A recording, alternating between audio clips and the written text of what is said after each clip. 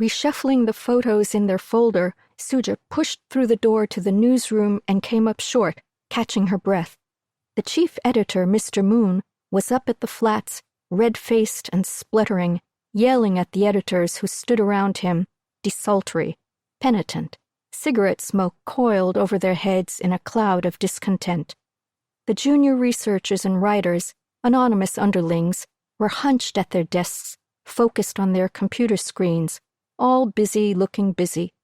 Suja's father had his back against the flats, a waxed column of text stuck to his finger as he nervously eyed the clock that hung between the portraits of the dear leader and the heavenly leader. There was a blank space on the front page flats where the text had been lifted out. Someone must have made a significant mistake for that article to have been pulled last minute. The news editor, Mr. Lim, and photo editor, Mr. Ro, argued with Mr. Moon, who shouted over them, saying that the story, whatever it was, needed to go on the front page. Suja sidled over to Mr. Ro's desk and dropped her folder of photos. She glanced at her father, who raised his brows and mouthed, "What are you doing here?" She pointed to her folder of photos and crossed her arms, glancing pointedly at the unfinished flats. A series of emotions played across her father's face as he regarded his child who had fought him to take on this position as the newspaper's only intern during the school year. There was such a thing as being too clever. Leaving the editors to squabble among themselves, Mr. Kim walked over to Ro's desk and stuck the waxed column on the surface of the desk and dropped into Ro's chair.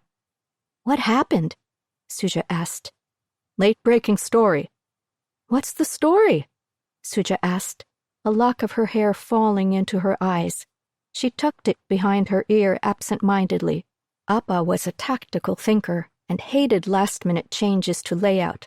She had been coming to his office since she was 4 years old and had spent many an afternoon hanging about the flats as he waxed the backs of photos and text blocks, positioned them on the flats, and pressed them down just so. He wanted the word lengths for all articles ahead of time so he could assemble text blocks in his mind before he even started dealing with type. He taught Suja to think of photographs as moments on a page. The photo was only part of the greater whole of the newspaper, just as every journalist was an anonymous segment of the greater body of the Korean Central News Agency. So Suja's earliest understanding of photography was related to the negative space that photographs were meant to occupy. They were a small part of a greater message, filling in a gap of meaning in a story already constructed. "Ah," her father sighed. "The cornmeal culprit escaped from prison. That boy, Jin Lee Pak." Suja felt the blood drain from her head, and she leaned against the desk to steady herself. "What?" she whispered. "The bastard escaped from Yodok prison camp." "How the hell he did that?" Appa shook his head. "After the shame he brought to his family, that Seki runs from prison, saving his own skin, sending his family to damnation." Yodok prison camp was one of the most secure facilities in the northernmost region of Hamgyong, an arid province known for its anthracite mines, and where the worst of the criminals and political outcasts were sent. No one ever came back from Yodok. "He escaped?" she repeated softly, her face pale, eyes dialed to someplace far away. "Did you know him?" her father asked. She snapped to attention. "No."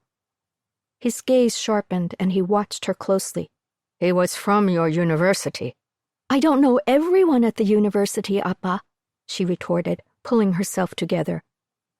Mr. Kim pressed his fingers into the text column lying on the desk, making an impression in the wax.